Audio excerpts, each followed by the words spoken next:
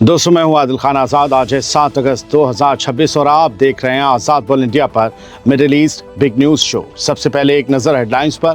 क्या Donald Trump ने दे दिया ईरान की जंग खत्म करने का इशारा? लगातार कम हो रहे हथियार बने पीछे हटने की वजह, या इसमें है कोई नई चाल? अमेरिका के न्यूक्लियर हथियारों से पहली बार क्यों घबराया ईरान? आखिर किस अंदेशे को लेकर दे डाला बड़ा बयान? दर्जनों यमनी फौजियों के कत्ल का लिया जाएगा इंतकाम। अब हुथीस के इलाकों में मचाया जाएगा कोहराम। शहबाज शरीफ और आसिम मुनीर की सऊदी अरब में बड़ी मीटिंग। क्या एर्दोगान और MBS के साथ मिलकर हुथियों के खिलाफ होगा कोई बड़ा फैसला? इस्राएली मिनिस्टर बेन गुविर ने फलस्तीनी कैदियों पर बरपाया जुल्म। सभी से कपड़े ही नहीं, कुरान तक छीन लिया।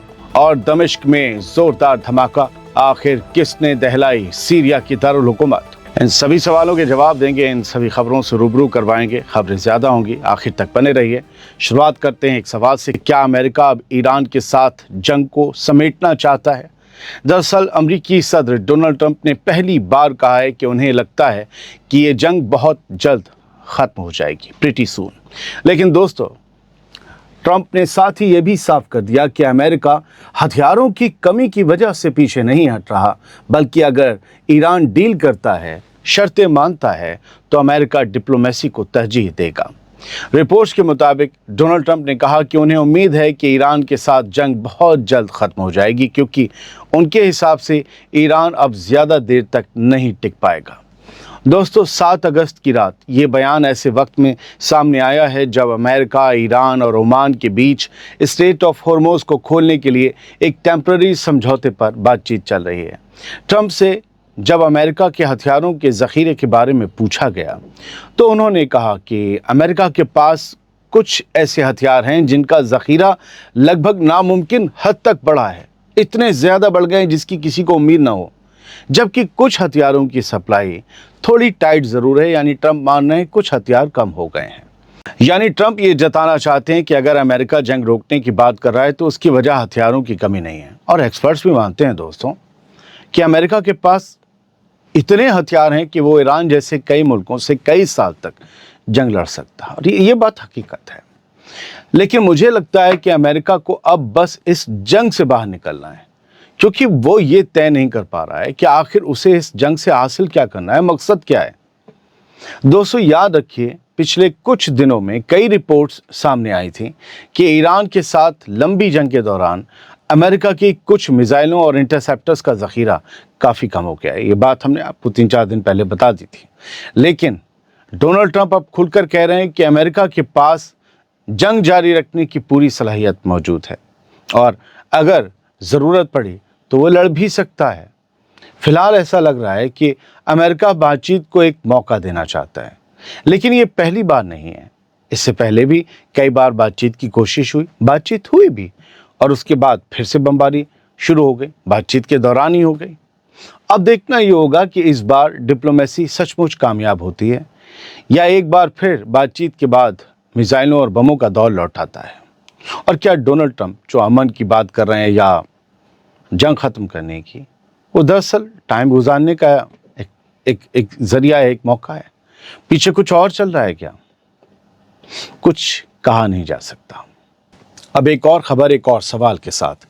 क्या अमेरिका की न्यूक्लियर ताकत को लेकर ईरान पहली बार बेचैन दिखाई दे रहा है? क्योंकि अमेरिका इस वक्त अपने एटमी हथियारों की शक्ल बदल रहा है और उन्हें पहले से ज़्यादा ख़तरनाक लेकिन ज़्यादा एक्यूरेट बनाने पर काम कर रहा है। दोस्तों, ईरान का कहना है कि उसे सिर्फ अपने लिए डर नहीं बल्कि पूरी दुनिया के लिए फ़िक्र है, क्योंकि उसे अमेरिका की नीयत और उसके इरादों पर भरोसा नहीं है। याद कीजिए, हमने आपको कुछ घंटे पहले एक रिपोर्ट बताई थी कि अमेरिका टैक्टिकल न्यूक्लियर बॉम्ब इस्तेमाल कर सकता है। उसके बाद ईरान का बयान। 6 अगस्त को वियना में मौजूद ईरान के परमानेंट मिशन ने अमेरिका के बढ़ते न्यूक्लियर हथियारों के ज़ख़ीरे पर सख्त एतराज़ जताया है। ईरान ने कहा कि हिरोशिमा और नागासाकी की तबाही आज भी दुनिया को याद दिलाती है कि एटमी हथियार इंसानियत के लिए कितने खौफनाक हैं। हिरोशिमा और नागासाकी पर हुए एटमी हमले की याद में ही ये तकरीब थी। ईरान का कहना है कि इन हथियारों ने सिर्फ उस वक्त लाखों लोगों की जान नहीं ली, बल्कि उनकी रेडिएशन ने आने वाली कई नस्लों तक को नुकसान पहुंचाया। ईरान ने कहा कि दुनिया को ऐसी तबाही से अगर बचाना है तो तमाम न्यूक्लियर हथियारों को पूरी तरह ख़त्म करना इकलौता रास्ता है। यानी ईरान ये नहीं कह रहा कि भैया हम एटम बनाएं, वो कहता है जिसने बना लिए सबके ख़त्म करो। लेकिन ईरान ने इल्ज़ाम लगाया कि अमेरिका, जो अब तक एटमी हथियार इस्तेमाल करने वाला दुनिया का इकलौता मुल्क है, वो अपने न्यूक्लियर हथियारों को कम करने के बजाय लगातार उन्हें और ज़्यादा बढ़ा रहा है और मॉडर्न बना रहा है। ईरान का मानना है कि अमेरिका की यही पॉलिसी पूरी इंसानियत के लिए लगातार बढ़ता हुआ ख़तरा है। दरअसल ईरान को भी फिक्र हो रही है। ईरान को भी इस बात का डर है कि कहीं कोई और गलत कदम, भले ही छोटे लेवल का है, अमेरिका उठा ना ले। और डर हर किसी को होता है, डर हर काबिल आदमी को लगता है। डर ही तो आगे चलकर एहतियात बनता है और एहतियात इजाद को जन्म देता है। ये डर अपने पड़ोसी से ना हो तो एहतियात नहीं बढ़ता जाता, एहतियात ना बढ़ता जाए तो उससे निपटने के लिए कोई इजाद नहीं होती। समझ गए होंगे। आगे बढ़ते हैं। 45 यमनी फौजियों के कत्ल के लिए हूथियों को सज़ा देने का ऐलान हो गया है और अब उनके खिलाफ पर्दे के पीछे एक बड़ा प्लान तैयार किया जा रहा है। दोस्तों, कोई भी किसी पर हमला करेगा तो जवाब भी मिलेगा। फिलहाल यमन में यमनियों का खून बहाते नजर आ रहे हैं और किसी का नहीं। सऊदी अलाइड फोर्सेस हैं जिनके ये लड़ाके मारे गए थे, वो यमनी। पता नहीं हूथी को ही यमनी क्यों मान रहे हैं कुछ लोग, जबकि वो भी यमनी है। रिपोर्ट्स के मुताबिक यमन की हुकूमत ने साफ कहा है कि हूथियों के हालिया हमलों का जवाब मुनासिब वक्त पर दिया जाएगा। यमन की मिनिस्ट्री ऑफ डिफेंस ने कहा कि हूथियों ने बैलिस्टिक मिसाइलों और सुसाइड ड्रोन से मारेब और हदरमौत में मौजूद सरकारी फौज के कैंप्स और पोस्ट पर धोखे से हमला किया।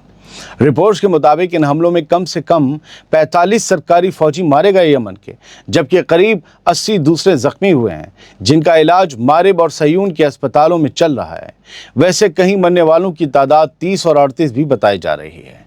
याद रहे कि हूथियों के स्पोक्सपर्सन याह्या सारी ने पहले ही दावा किया था कि उन्होंने बड़ी तादाद में बैलिस्टिक मिसाइलों और ड्रोन से हमला किया, जिसमें सरकारी फौज के जवानों के साथ साथ उनके हथियार और गाड़ियां भी तबाह कर दी गईं। अनकन्फर्म्ड रिपोर्ट्स ये भी हैं कि सऊदी अरब के भी कुछ ऑफिसर वहां मौजूद थे, सऊदी अलाइड फोर्सेस के पास, वो भी इस हमले में मारे गए। हालांकि अनकन्फर्म्ड है, इसके बारे में कोई अभी डिटेल नहीं है। यानी अब यमन की हुकूमत खुलकर ये कह रही है कि इस हमले का इंतकाम लिया जाएगा और अगर ऐसा हुआ तो यमन के अंदर जंग का एक और नया दौर शुरू हो सकता है। ये तो है मसला। हमने कल जो खबर दी कि 45 मारे गए, मैंने देखा बड़े लोग जश्न मना रहे हैं, बहुत अच्छा हुआ, ये हुआ, शानदार, जिंदाबाद। आप लोग कौन हो? मैं पूछ रहा हूँ दिन की रोशनी में, क्या हमारे यहाँ कभी किसी की मौत पर जश्न मनाया गया? जिन्होंने मारा वो यमनी, जो मरे वो भी यमनी। कमाल हो गया। ये कब से होने लगा? ये कब से होने लगा कि हम जश्न मनाने लगे मरने वालों का? दुश्मन को भी मरने के बाद बदुआ देने का कोई हक नहीं है। ये कंट्रोल की जंग है। जो मारे गए हैं वो यमन के फौजी हैं। यमन के हूथीस को बागी कहा जाता है। इन्होंने 2012-13 के बाद जो एक जंग चल रही थी, उसके बाद एक बड़े एरिया पे कंट्रोल करके अपनी हुकूमत कायम की है, आपको पता है। तो ये पावर की जंग है। और खुल के बता दूं, एक शिया ब्लॉक है, एक सुन्नी ब्लॉक है। ये वाली भी जंग है जो लोग नहीं समझ रहे हैं। मतलब फिलिस्तीनी जो गजा में है वो फिलिस्तीनी है, जो वेस्ट बैंक में वो फिलिस्तीनी नहीं, जो सना में है वो यमनी है, जो अदन में है वो यमनी नहीं। क्या हो गया है? ये कहां से सीख लिया आपने? किस आईटी सेल से जुड़ गए? मुझे लगता है अब कुछ स्टोरीज लानी पड़ेगी बेदार करने के लिए।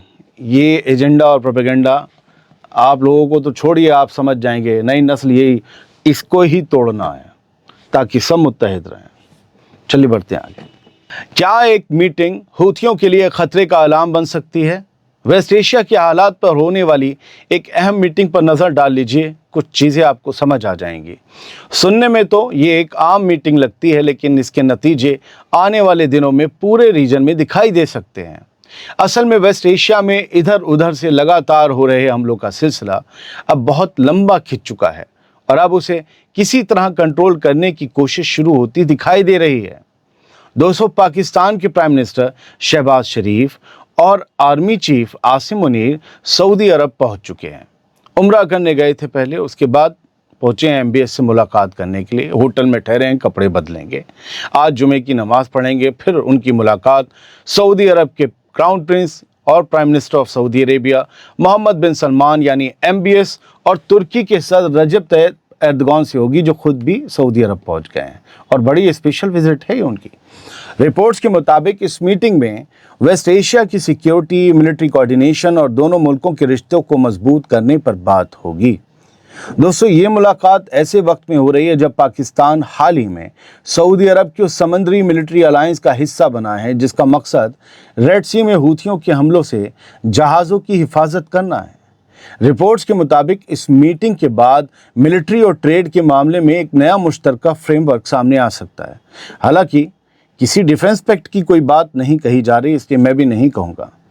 यानी देखने वाली बात अब ये होगी कि क्या ये तीनों मुल्क मिलकर वेस्ट एशिया में बढ़ते टकराव को कम करने का कोई नया रास्ता निकालते हैं, या फिर ये मीटिंग सिर्फ आने वाले बड़े फैसलों की शुरुआत साबित होगी।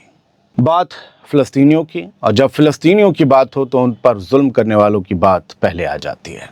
इतमार बेन-ग्विर, नफरती, कट्टरपंथी, इंतहा पसंद एक्सट्रीमिस्ट मिनिस्टर ऑफ इसराइल, उसने एक बार फिर फ़लस्तीनी कैदियों पर सख्ती की सारी हदें पार कर दी हैं। इस बार निशाना उनके कपड़े ही नहीं बल्कि कुरान भी बना है। इसराइल के नेशनल सिक्योरिटी मिनिस्टर इतमार बेन-ग्विर ने खुद नकब जेल में रेड की, छापेमारी की और फ़लस्तीनी कैदियों का बचा हुआ सामान भी छीन लेने का हुक्म दे दिया। रिपोर्ट्स के मुताबिक बेन-ग्विर ने नकब जेल का दौरा किया, जिसके बाद जेल स्टाफ ने फ़लस्तीनी कैदियों के पास बचे कपड़े भी जब्त कर लिए।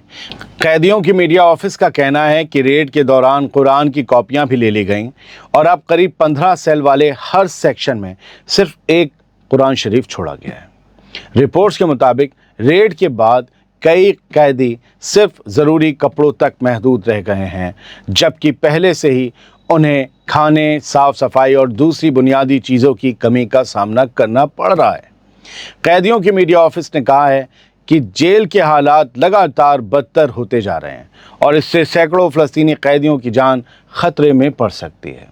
रिपोर्ट्स के मुताबिक इस वक्त इसराइली जेलों में करीब 9,500 फ़लस्तीनी कैदी मौजूद हैं, जिनमें 94 औरतें और 350 से ज़्यादा बच्चे भी शामिल हैं। ये बड़ी शर्म की बात है मोस्ट मोरल आर्मी के लिए।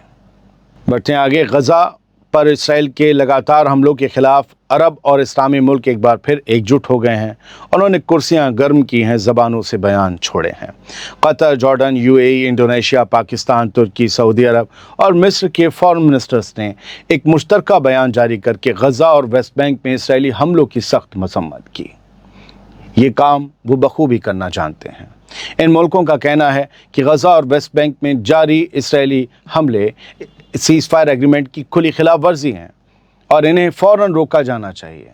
मुश्तरका बयान में UN सिक्योरिटी काउंसिल से मुतालबा किया गया है कि वो इसराइल को अपनी जिम्मेदारियां पूरी करने पर मजबूर करें। जिसके हाथ काटे गए हैं पहले से ही, उससे कहा जा रहा है कि इसराइल को पकड़ो। बयान में कहा गया है कि इसराइल के लगातार हमलों की वजह से सो कॉल्ड तथाकथित टू स्टेट सॉल्यूशन पर अमल की उम्मीदों को भी बड़ा झटका लगा है। अरब और इस्लामी मुल्कों ने यह साफ कहा है कि अगर इसराइल के हमले नहीं रुके तो पूरे इलाके में हालात और ज़्यादा बिगड़ सकते हैं। एक खबर सीरिया से भी है। सीरिया के दारुल हुकूमत दमिश्क के बाहरी इलाके जर्माना में 6-7 अगस्त की रात धमाका हुआ, ज़ोरदार धमाका हुआ और इस धमाके से अफरा तफरी मच गई। सीरिया की हेल्थ मिनिस्ट्री और बाकी इदारों ने यह बताया है और ख़बरों के मुताबिक कि मिनी बस टैक्सी में ये धमाका हुआ और इस धमाके से 2 अफराद मारे गए जबकि 13 ज़ख्मी हुए हैं। रिपोर्ट के मुताबिक ये धमाका जर्माना के उस इलाके में हुआ जहाँ ज़्यादातर द्रूज़ आबादी रहती है। मान लीजिए कि सीरिया की हुकूमत के ख़िलाफ़ कोई साजिश चल रही है और इसीलिए द्रूज़ कम्युनिटी में यह धमाके किए जा रहे हैं। फ़िलहाल धमाके की वजह साफ नहीं हो सकी है और अब तक किसी ग्रुप ने इसकी ज़िम्मेदारी नहीं ली है। सिक्योरिटी एजेंसियां वाक़ये की तफ्तीश कर रही हैं जबकि ज़ख्मियों को इलाज के लिए भर्ती कराया गया है। लेकिन ये सब तो आम बातें हो गई हैं। हमले के पीछे मोटिव क्या है, हमले के पीछे लोग कौन हैं, ये पता लगाना बेहद ज़रूरी है, क्योंकि ये ऐसी ही चीज़ें बढ़ के आगे हालात को पूरी तरीके से ख़राब कर देती हैं। एक तस्वीर भारत की आज 7 अगस्त की सुबह ये सामने आई और ये एक गांव का जो है वो कुआं है, वेल वाटर है, मोरबी गांव है गुजरात में वहाँ, और ये पानी जो है वो हिल रहा है, इतना बुरा हिल रहा है जैसे समंदर में लहरें आती हैं। और ये क्यों हिल रहा है? आसपास कुछ भी नहीं हिल रहा, ये वेल वाटर, ये पानी, ये क्यों हिल रहा है ये समझ में नहीं आ रहा है। और फिलहाल इस इलाके के मोरबी के जो कलेक्टर हैं उन्होंने इन्वेस्टिगेशन की ऑर्डर दे दिए हैं कि पता किया जाए कि इस कुएं का ये पानी ऐसे क्यों हिल रहा है जैसे समंदर में लहरें आती हैं, क्या है वजह नीचे। बस यहाँ पर अंधविश्वास ना शुरू हो जाए, बस मुझे इस बात का डर लगता है। और ड्रोन कैसे कैसे जंग को बदल रहे हैं और ड्रोन खुद कैसे बदल रहे हैं वो देखिए। यूक्रेन का FPV इंटरसेप्टर ड्रोन, उसने रशिया के एक फाइबर ऑप्टिक क्वाडकॉप्टर को कैसे उड़ते में ही ऐसे जाला डाल के पकड़ लिया जैसे शिकारी चिड़ियाँ पकड़ता है या नदी में मछली पकड़ी जाती।